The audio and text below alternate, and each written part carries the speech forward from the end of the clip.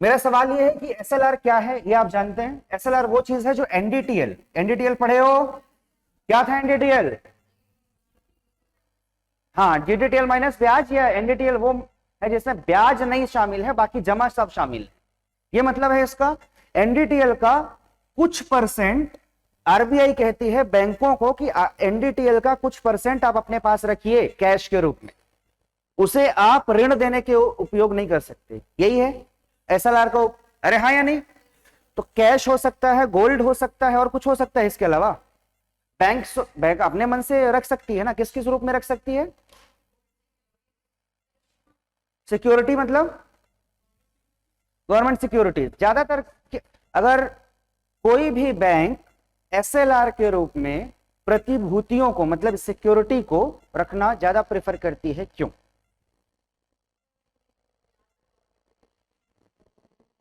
उससे क्या होता है? सोर्स ऑफ इनकम का, ठीक। हाँ, मैं उसको दूसरे शब्दों में बता देता हूँ। वैधानिक तरलता अनुपात तीन हिस्सों में बंट के आ सकती है, या तो नगद होगा कैश, या होगा गोल्ड, अरे हाँ,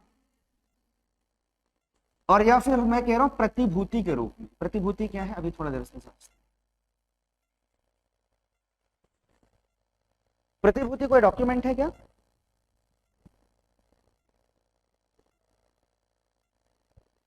बिल है, ट्रेजरी बिल कहते हैं इसे। प्रतिभूति मतलब क्या होता है?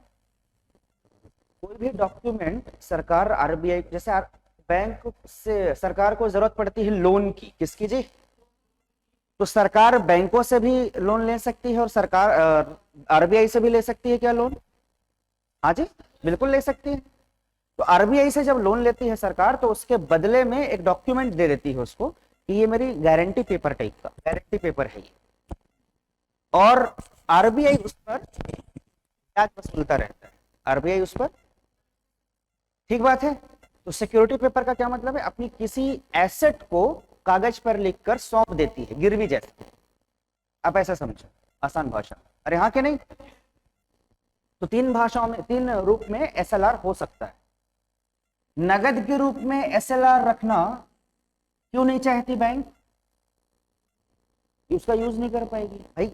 नगद कैश, हम पहले ही कह रहे हैं कि एनडीटीएल का कुछ परसेंट सीआरआर ले गया। अब ये मान लो 3% है, मान लो 20 के आसपास का परसेंट एसएलआर ये खुद जमा करके रखें और उसे ब्याज ना दें, तो उसकी साख सृजन क्षमता कम होगी।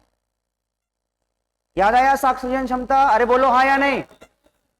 तो नगद के रूप में अगर डिपॉजिट करके रख लेता है कोई बैंक अपने पैसों को, तो उसकी ऋण देने की क्षमता कम हो गई, मतलब साख सृजन क्षमता कम हो गई। तो बैंक सोचेगा ना कि नगद को अवॉइड किया जाए यार, ना लिया जाए, कम से कम अपने पास रिजर्व रखें, ज्यादा से ज्यादा ऋण बांटे सोचेगा। अरे हाँ या नहीं? गोल्ड, गोल्ड के लिए क्यों? अगर गोल्ड के रूप में एसएलआर को कोई बैंक रखता है अपने पास, तो क्या नुकसान है उसके? हाउ? ठीक है, मैं टर्मिनोलॉजी से क्लियर करता हूं। देखो, कुछ भी नहीं लिख के आना है एग्जाम में ना, टर्मिनोलॉजी को बिल्कुल एक्सपांड करके समझना और लिख कर आना कि ऐस इस वजह से हो रहा है। मैं आपको हर एक पॉइंट का रीजन दूंगा। अरे हाँ या नहीं? गोल्ड एक तो वैसे ही हम आयात करते हैं, है ना, इंपोर्ट होता है उसका, गोल्ड का। हर बैंक अपने पास एसएलआर के रूप में गोल्ड को रिजर्व रख ले, तो हमारी जो आयात करने की जो मांग है हमारी और बढ़ गई। अरे हाँ कि नहीं? तो गोल्ड के लिए आयात और करना पड़ेगा हमको, तो इसे कहते हैं व्यापार मांग घाटा।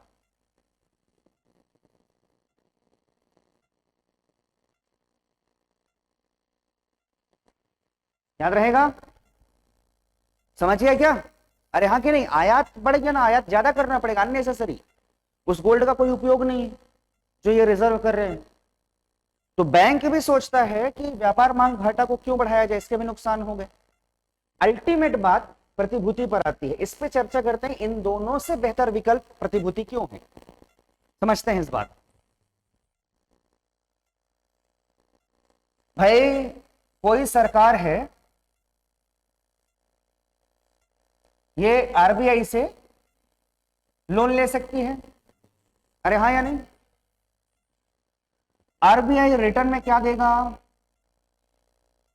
ब्याज देगा कि ब्याज रिसीव करेगा? अरे हाँ कि नहीं? ब्याज कौन किसको दे रहा है?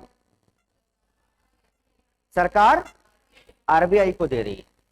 तो एक बात बताओ, ये ऐसी प्रतिभूति बन गई, ये ऐसा एसएलआर बन गया प्रतिभूति जिस पर बैंकों को ब्याज मिल रहा है, जिस पर बैंकों को ब्याज मिल रहा है। मान लो इस प्रतिभूति की कीमत वही है 20% के आसपास। अरे हाँ कि नहीं? तो जितना बैंक के पास पैसा था, मान लो अभी थोड़ी देर के लिए ऐसा मान लो कि CRR 0 है, तो SLR 20% हट गया, तो कितना बचा था? 80%। 80% उसकी साख सृजन क्षमता थी, 80% को ऋण दे सकता है। अरे हाँ या नहीं? अब ये 20% पर भी उसको ब्याज मिल रहा है, तो अब उसकी साख सृजन क्षमता 100% हो गई कि नहीं? अरे बोलो हाँ या नहीं? कंफर्म? तो इस तरह से वैधानिक तरलता अनुपात कोई भी बैंक प्रतिभूति के रूप में रखना क्यों पसंद करता है? कारण समझ में आया?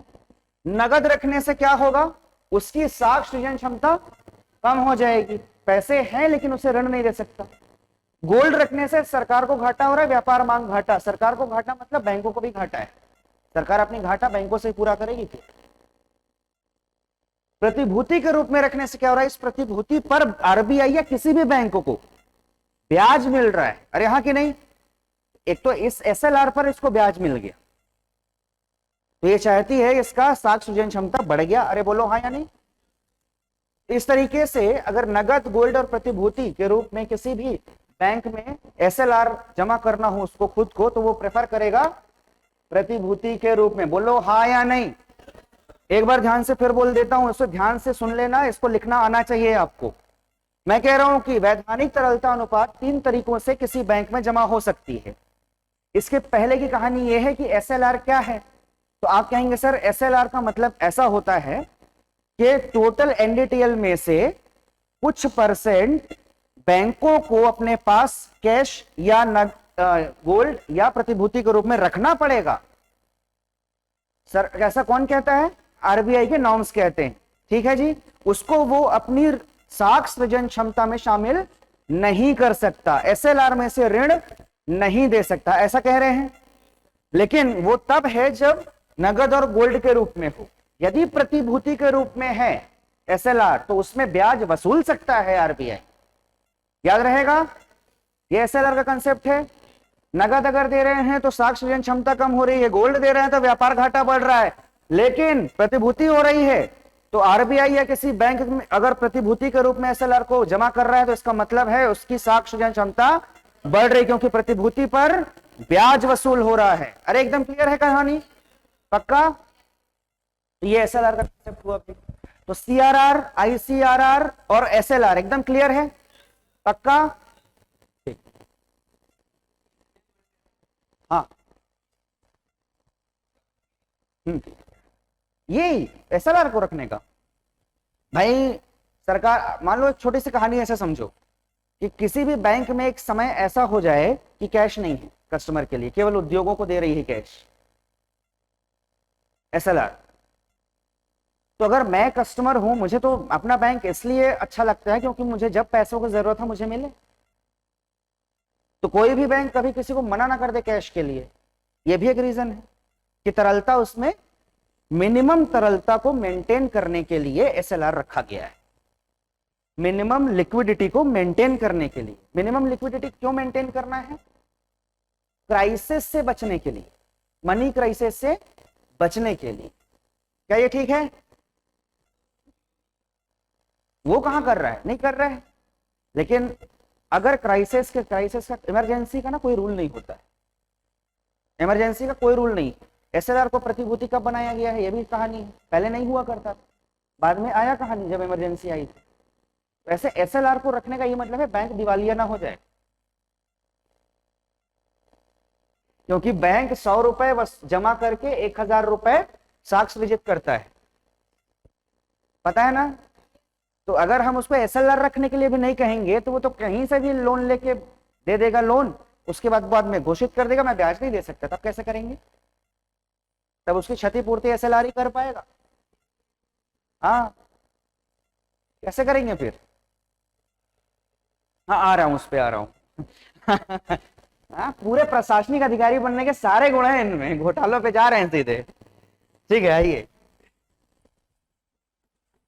नवीन उपकरणों पर चर्चा करना बाकी था क्या?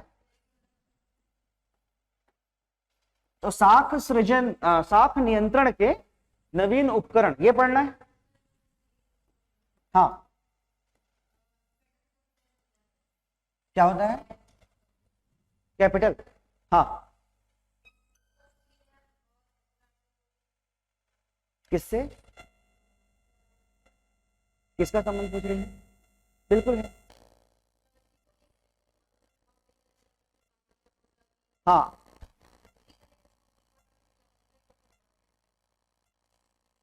कैपिटल का, हेड ऑफ कैपिटल का। हाँ, तो वो अपने एनडीटीएल में से पे करता है ना, उसे क्यों जरूरत पड़ेगी उसकी? वो तो अपने एनडीटीएल में से, एनडीटीएल किसका है? बैंक का है। बैंक अपने एनडीटीएल में से सीआरआर और एसएलआर डिसाइड कर रहा है ना, तो कैपिटल से ही संबंधित है वो तो पूरा पूरा। जो जीडीटीएल था, ये उसकी जमा राशि है टोटल ब्याज के साथ, एनडीटीएल हो जाता। हाँ, डिपेंड, सीआरआर और एसएलआर एनडीटीएल पर डिपेंडेंट नहीं।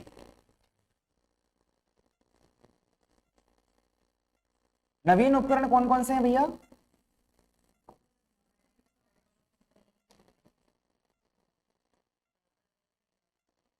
हेलीकॉप्टर, ये होवर की स्पेलिंग सही है क्या? सिंगल रहेगा? बी, बी नहीं, बी रहता है। और हेलीकॉप्टर ड्रॉप मनी, और तरलता संजाल। तरलता संजाल को समझे थे क्या?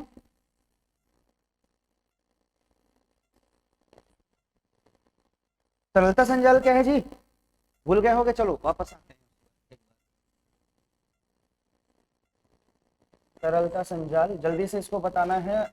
इसको बोलते हैं लिक्विडिटी ट्रैप। संजाल मतलब जाल जी, मछली वाला जाल देखे हो, जाल, ट्रैप, उसको बोलते हैं लिक्विडिटी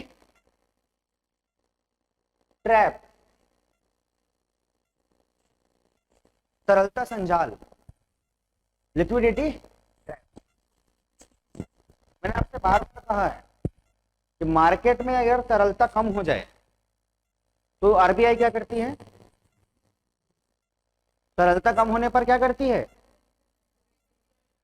क्या चेंज, कम करेगी ज्यादा करेगी? उसे कम करेगी ताकि आसानी से ऋण लिया जा सके। अरे हाँ कि नहीं?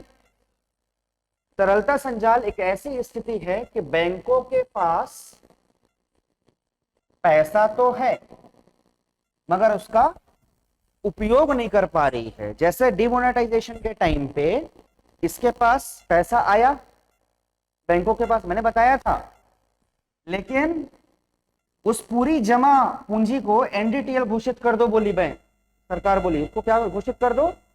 एनडीटीएल। और इस बार इस एनडीटीएल पर सीआरआर 100% रखना है, तो मतलब वो एनडीटीएल सीआरआर बन गया। सीआरआर को बैंक उपयोग कर सकती है क्या? नहीं कर सकती। ऐसा क्यों कहा?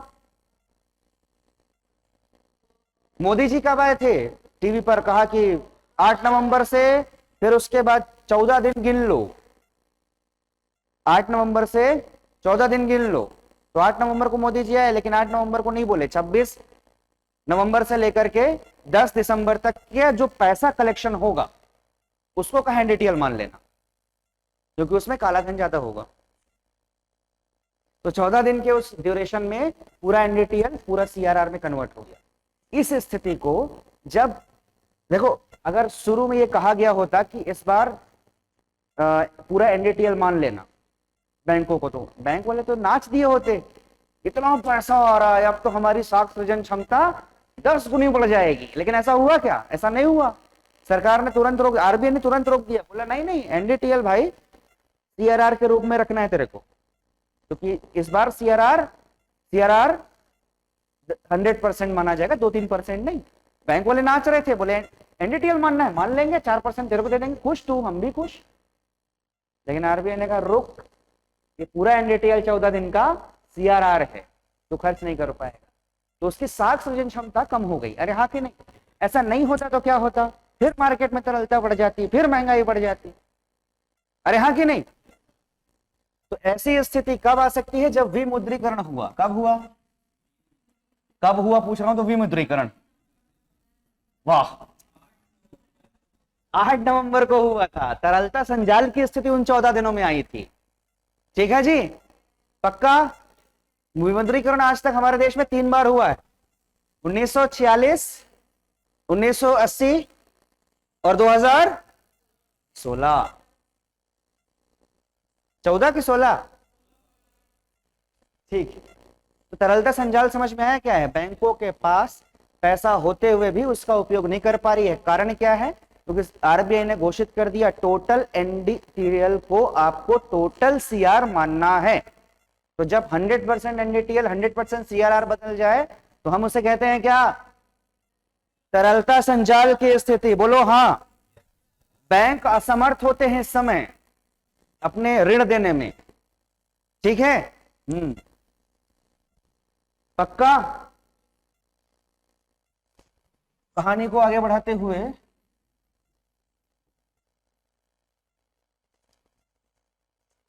चलो ठीक, इसको ही पढ़ लेते हैं।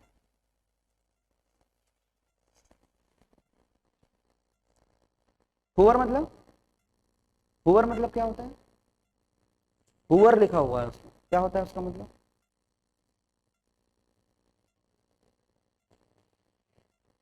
घर पे वो देखा है क्या? Vacuum cleaner. Exactly cleaner, vacuum cleaner को हुवर कहते हैं। ठीक है? तो ये किस चीज का वैक्यूम है और क्या क्लीन करता है, लेट्स डिस्कस।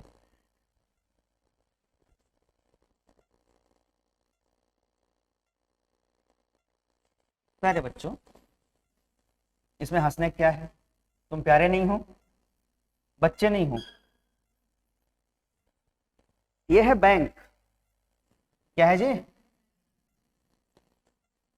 और ऐसा समझो कि इस बैंक में तरलता संजाल की स्थिति है पहले से। किसकी स्थिति है? नहीं समझे? अच्छा चलो, इस कंडीशन, दो कंडीशन को ले लोगे सर, हम लोग मर जाएंगे, ऐसा बोल दो। ठीक है, मैं थोड़ी देर के लिए इसको क्लीन कर देता हूं। नहीं हो रहा है? नहीं हो रहा है? पूरा हाथ लगाऊं? चलो, इसमें तरलता है मान लेते हैं। क्या मान लेते हैं? तरलता। मतलब ऐसा मान लो तरलता बढ़ी हुई है, ये भी मान सकते हो, संजाल बनता तब भी बढ़ी हुई। अभी ऐसा मान लो कि इस कंसेप्ट में कोई बैंक, ये बैंक समूह है ना, कोई एक बैंक नहीं है, बैंक समूह, ग्रुप है, इसमें तरलता बढ़ी हुई है, ऐसा मान लेते। क्या मान लेते हैं? तरलता जब बढ़ जाती है तो आरबीआई ब्याज को, अगर तरलता बढ़ा हुआ है तो ब्याज को कम करना है हमको, तो ब्याज को बढ़ाना पड़ेगा। ब्याज बढ़ा तो ऋण कम लेंगे लोग, तरलता कम हो गया। अरे बोलो हाँ या नहीं? तो मांग में क्या हो जाएगी? एकदम छा गए ना आप लोग। मतलब तरलता कम हो जाएगी। लेकिन ये सब करने के बाद भी, ये सब करने के बाद भी तरलता नहीं घट रही है। किसमें? बैंकों में। क्या करने के बाद? जो हमारा प्रोसेस, देखो जो पारंपरिक मेथड है, जो पारंपरिक मेथड, कन्वेंशनल मेथड है, उससे क्या करते हैं हम? अगर तरलता बढ़ी हुई है तो ब्याज दर आरबीआई बढ़ा देगा, मांग कम हो जाएगा, अल्टीमेटली तरलता भी कम हो जाएगी। ये पारंपरिक मेथड है। ये सब करने के बाद भी, आरबीआई के इतने प्रयासों के बाद भी अगर तरलता कम नहीं हो रही है, तरलता कम नहीं हो रही है, तो क्या रीजन हो सकता है? एक ही रीजन है कि यहां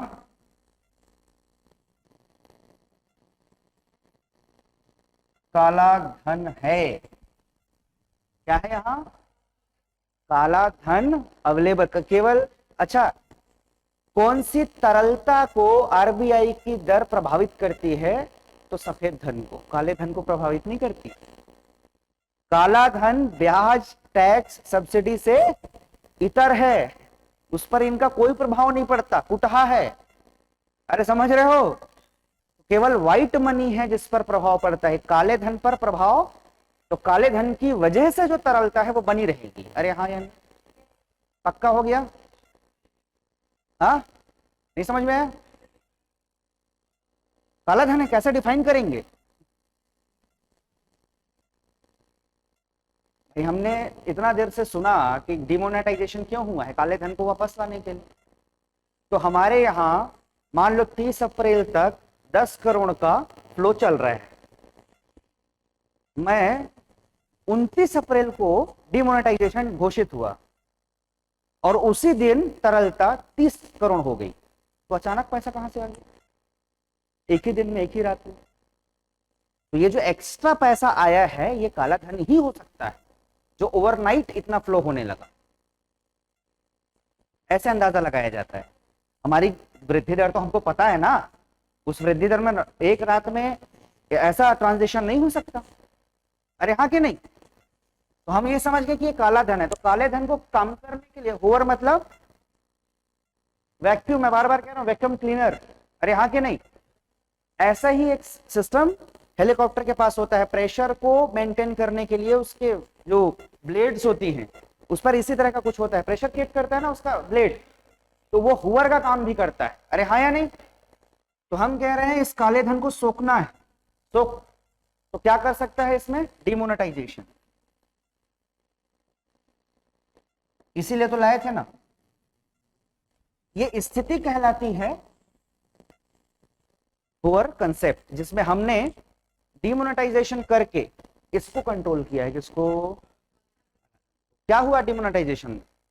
नोट खराब हो जाएंगे करके बैंकों को लौटाया। तो आपको ये लग रहा होगा कि बैंकों को जब लौटा रहे थे तो सरकार ने क्यों नहीं पकड़ा उनको? तो सरकार ने कहा जितना भी तुम्हारे पास काला धन है उसका 45% टैक्स पटाओ और हम मान लेंगे कि तुम्हारा धन सफेद है, काला नहीं है। सुना क्या कहा मैंने?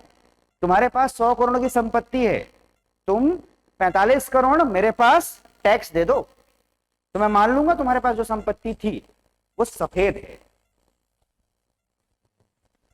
इसलिए बैंकों की तरफ फ्लो बढ़ गया। अरे हाँ कि नहीं? समझ गए? तो मार्केट में बैंकों में तरलता बढ़ी, लेकिन मार्केट में जो काला पैसा फैला हुआ था जिसका कोई लेखा जोखा नहीं था उसका लेखा जोखा आ गया। और जिस पैसे का लेखा जोखा है वो सफेद पैसा है, जिस पैसे का हिसाब है वो व्हाइट मनी है। एकदम करेक्ट बात हो गई। इस क्या करते हैं? हाँ जी, कैश में ही वापस किए। 500 रुपए का नोट ही वापस किए क्योंकि बंद हो रहा था। पुराना नोट बंद हुआ, 1000 का नोट तो ऐसे ही बंद हो गया। वो दोनों नोट लेके तो हम गए थे ना, ले वापस ले ले, हम मन नहीं ले आने लगा। ऐसे ही हुआ ना? तुमने नहीं किया वापस, इट्स योर फॉल्ट। ये कहानी समझ में आई? क्या हुआ? जहन में बैठ रही है? एक कहानी है हेलीकॉप्टर ड्रॉप मनी, पढ़कर बता दो। नहीं पढ़ोगे कसम खाए हो। देखो तुम लोग ना एनर्जी लूज कर रहे हो, तुम लोग को ना उसकी कसम है। जो समझने वाले समझ गए होंगे। हेलीकॉप्टर ड्रॉप मनी, पैसा गिरेगा। नहीं सही में, सच में गिरेगा पैसा। ड्रॉप मनी कह रहे हैं हम। देखो तो सही।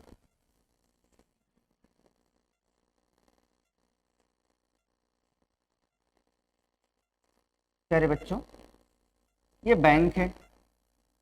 फिर हंस रहे हो तुम लोग यार। किस पर हंसते हो तुम लोग? मैं प्यारे बच्चे को बोलता हूँ तो तुम प्यारे नहीं हो जी? ऐसा दुनिया में कोई व्यक्ति नहीं है, कोई पशु नहीं है जो प्यारा ना हो। मगरमच्छ, हाउ क्यूट।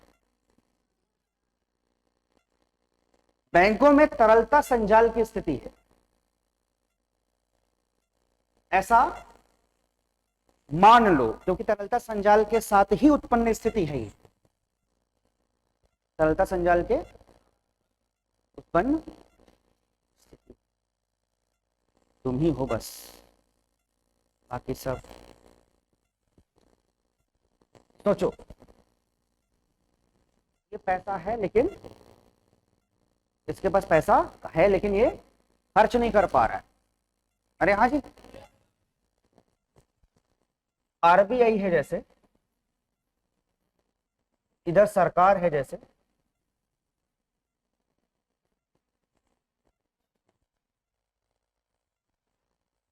मैं ये कह रहा हूं कि तरलता बैंकों में है लेकिन वो ट्रैप्ड है, बंधी हुई है, उसको बैंक खर्च नहीं कर पा रहे। तो एक बात बताओ, बैंकों से आम व्यक्ति तक पैसा नहीं पहुंच पा रहा है, इसका ये मतलब हुआ। एकदम करेक्ट बात है। अरे हाँ, अब स्थिति ऐसी है कि आरबीआई को तो किसानों को देखना है, मजदूरों को देखना है, कुटीर उद्योग को देखना है, लघु उद्योग को देखना है। तो आरबीआई कहती है बैंकों से पैसा नहीं पहुंच पा रहा है, कोई दिक्कत नहीं, अपन कोई और रास्ता निकाल। तो आरबीआई को लोगों ने सजेशन दिया, आपकी तरह कुछ इंटेलेक्चुअल लोग थे वहां जिन्होंने कहा कि सर ऐसा करिए, एक एक को बुलाइए और खुद लोन दीजिए। आरबीआई एक एक को बुलाए, आदर्श जी आइए लोन लीजिए। 142 करोड़ तो हम वैसे ही हैं, एक एक को आरबीआई बुलाएगा तो मतलब समझ रहे, फिर लोन हमारे बच्चों को ही मिल पाएगा। नहीं समझ रहे हो? ऐसा नहीं हो सकता। तो दूसरी स्कीम पकड़ी आरबीआई ने। आरबीआई सरकार को बुलाती है, लोन ले ले। सरकार तो वैसे मुंह फाड़ के बैठी है लोन लेने के लिए। लोन मी आरबीआई तुमको ही कह रहे हैं तुम लोन ले लो, कर दिए। क्यों लोन ले ले? और अपने किसी कार्यक्रम में खर्च करो, और अपने किसी भी कार्यक्रम में खर्च करो। तो आरबीआई से सरकार लोन ले ली, क्या ले लीजिए? लोन ले, और कहती है लोन जितना चाहे उतना ले लो। तो सर अच्छा सोच कर देखो, एक छोटा सा फंक्शन सरकार का होता है राज्योत्सव। राज्योत्सव में कितने सारे व्यापार के सृजन होते हैं। देखो, पानी बेचने वाला, समोसा बेचने वाला, किताब बेचने वाला, पार्किंग, आने जाने की व्यवस्था, ऑटो वालों की सेवाएं। अरे हाँ कि नहीं? कुछ कॉन्ट्रैक्ट बेसिस पर कुछ एम्प्लॉय भी उसमें हायर किए जाते हैं। कोई कंपनी को सिक्योरिटी गार्ड के लिए दिया जाता है। बहुत सारी सेवाएं उसमें सृजित हुई। अरे हाँ कि नहीं? इस माध्यम से पैसा आम जनता तक पहुंच गया क्या? बिना बैंकों का उपयोग किए आरबीआई ने आम जनता तक पैसा पहुंचाया, मतलब टपकाया। मैंने कहा था पैसा गिरेगा, गिरा? अरे बोलो। तो हाँ, आरबीआई जब बिना बैंकों की सहायता के सरकार के माध्यम से आम जनता तक पैसा पहुंचाए, इस पूरी प्रणाली को हेलीकॉप्टर ड्रॉप मनी कहते हैं। फिर से सुन लो, आरबीआई जब बिना बैंकों की सहायता के सरकार की मदद से आम जनता तक पैसा पहुंचाए, इस पूरी प्रणाली को हेलीकॉप्टर ड्रॉप मनी कहते हैं। एकदम क्लियर है? बिल्कुल ग्राउंड लेवल पे आके समझ रहे हैं इन कहानियों को, है बड़ी चीज नहीं ये? ठीक बात है क्या? बैंक की सहायता क्यों नहीं ले पाई आरबीआई? क्योंकि बैंक तरलता संजाल की स्थिति में आ चुके हैं। अरे हाँ जी, एकदम क्लियर है। तो नवीन उपकरणों में इन तीन चीजों है, बहुत सी चीजें। तो कभी भूल कर ये मत लिखना जैसे कई लोग लिखे कि नवीन उपकरण 3 प्रकार के होते हैं। ऐसा नहीं लिखना है, नवीन उपकरण बहुत प्रकार के होते हैं। उनमें से प्रमुख प्रकार ये हैं: तरलता संजाल, पावर मनी और ड्रॉप मनी। अरे याद रहेगा पक्का? ये कहानियां आपको बननी चाहिए, ठीक है? तो हमने पढ़ी साख नियंत्रण की 3 विधियां। एक में हम पढ़ गए मात्रात्मक, जिसमें हमने इन सब चीजों, बैंक दर, कोष नियंत्रण, अनुपात नियंत्रण, ये सब देखा। और यहाँ के नहीं, फिर हमने देखा गुणात्मक, जिसमें हम सीधी कार्यवाही, नैतिक आचरण, दबाव, ये सब देख रहे थे। फिर एक है नवीन उपकरण, जिसमें हमने ये तीन चीजें देखी, तरलता संजाल, हेलीकॉप्टर होर मनी, हेलीकॉप्टर ड्रॉप मनी। ये सब बातें एकदम क्लियर है, पक्का दिल में बैठ रहा है मैडम? समझ में आया आपके जी? आपका भी टीचर हूं मैं। शुरू का क्या समझ में नहीं? नहीं, आज तो एकदम अलग चीज चल रहा है, पहले का तो पूछ ही नहीं रहा हूं मैं। साष्टांग प्रणाम है माता आपको। मैं अभी का पूछ रहा हूं, करंट में जो पढ़ाया वो समझ आया कि नहीं? हाँ हाँ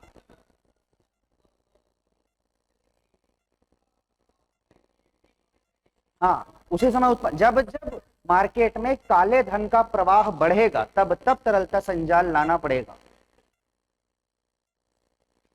सरकार ला रही है तरलता संजाल, तुम्हारे अपने अकाउंट में तरलता संजाल हो सकता है। तुमको खरीदना है, तुम्हारे पास पैसा है, तुमको खरीदना है कार जगुआर,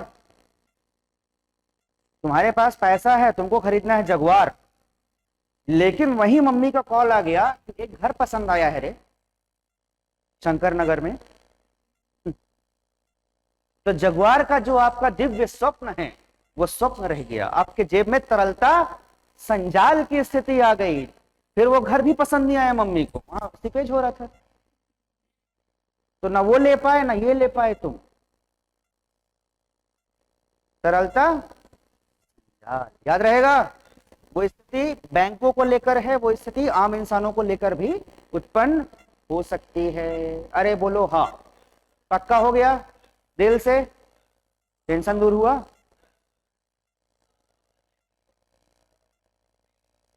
हाँ, नहीं छोड़ेगा, पूरा पैसा वसूल रहे। नैतिक दबाव हम डालते हैं किस पर? एक्चुअली आरबीआई डालती है बैंकों पर। किस पर जी? मान लो ऐसा हुआ, मैंने आपको एक स्थिति समझाई थी जिसमें कृषि को लोन दे रहे थे हम राष्ट्रीयकरण के समय 2% और उद्योगों को दे रहे थे 34 से 68%। तो देखो, आरबीआई एक हाथ में फूल लेके चलती है, एक हाथ में डंडा। पहले फूल दिया उसने बैंकों को और कहा समझो, कृषि हमारे अर्थव्यवस्था की रीढ़ की हड्डी है, उसे नहीं टूटना चाहिए। मान जाओ तो ठीक है, नहीं तो फिर फूल पीछे रख के फिर डंडा दिखाती है। ये इसका ये मतलब हुआ कि अब हम तुमको समझा लिए हैं। समझाना जब तक था तब तक नैतिक दबाव था, ये गलत है ये सही है, ये जब नहीं माना तो डंडा दिखाया। डंडा दिखाने का मतलब है सीधी कार्यवाही बैंकों पर। आदेश देने के बाद भी आपने ऐसा क्यों नहीं किया? इसका काम डॉक्यूमेंट में होता है। अब डंडा लेके आया था ऐसा मत लिखना, समझ रहे हो? तुम लोग ऐसे लिख देते हो ना।